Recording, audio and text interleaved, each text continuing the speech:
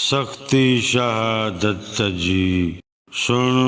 शादीअ जो ॾींहुं ज़रो नाहे यज़ीद खे निसो रोई नींहुं मर्गु आहे मींहुं अलीअ जी औलाद सी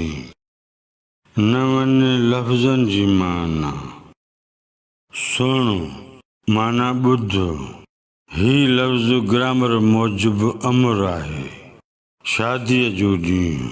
माना ख़ुशीअ जो ॾींहुं निसोरो माना निज मर्ग माना मौत या अजल मींहुं माना बरसात हिन बैत जी ज़रूरत मूजिबि मींहुं इस्म जी माना थींदी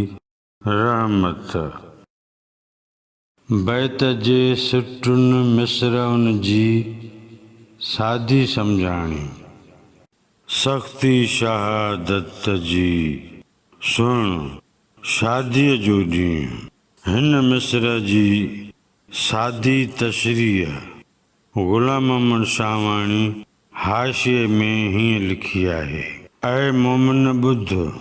जेका तूं शहादत जी सख़्ती सम्झीं थो सा इमामनि लाइ शादीअ जे ॾींहुं मिसल आहे ज़रो नाहे यज़ीद खे निसो रोई नींहुं हिन मिसरा जी सादी तशरीह ग़ुलाम मोहम्मद शाहवाणी हाशिए में हीअं लिखी आहे ज़रो बि यज़ीद जो ॾोह न हो इमामनि लाइ इहा सख़्ती निज इलाही महबत जो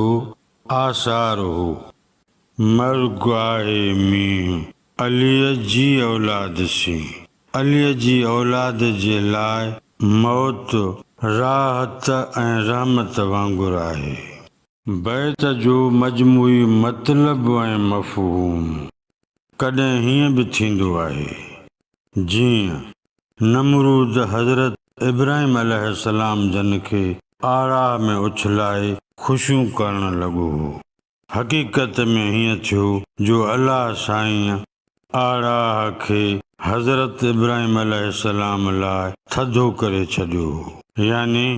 ज़ाहिरी मंज़र हीअं हो त नमरूद सोचियो त हुन हज़रत इब्राहिम अलैहिस्सलाम जन खे साड़े छॾियो जॾहिं त हज़रत इब्राहिम अलैहिस्सलाम लुत्फ़ रहमत ऐं राहत सां सलामत रहियो लतीफ़ साईं हिन बैत में अहिड़ी ॻाल्हि करे थो सख़्ती शहादत जी सुण शादीअ जो ॾींहुं ज़रो नाहे यज़ीद खे निसो रोई नींहुं मर्गु आहे मींहुं अलीअ जी औलाद सी बेशक शहादत माणींदड़ शहीदनि जा रब वटि रुतबा वॾा आहिनि शहीद रब जी रज़ा ऐं रहमत हासिल करण जे लाइ पंहिंजे सिर जी क़ुर्बानी ॾींदा आहिनि शहीद शहादत माणण दौरान बज़ाहिर वॾी सख़्तीअ मां गुज़रंदे नज़र था अचनि हालांकि शहीदनि जे लाइ उहो वक़्तु शादीअ जी ख़ुशीअ जे बराबरि हूंदो आहे हीअ इश्क जी बाज़ी आहे इन इश्क जी बाज़ीअ जी यज़ीद खे कहिड़ी ख़बर अलीअ जी औलाद लाइ मौत जी महल रहमत राहत ई राहत हूंदी आहे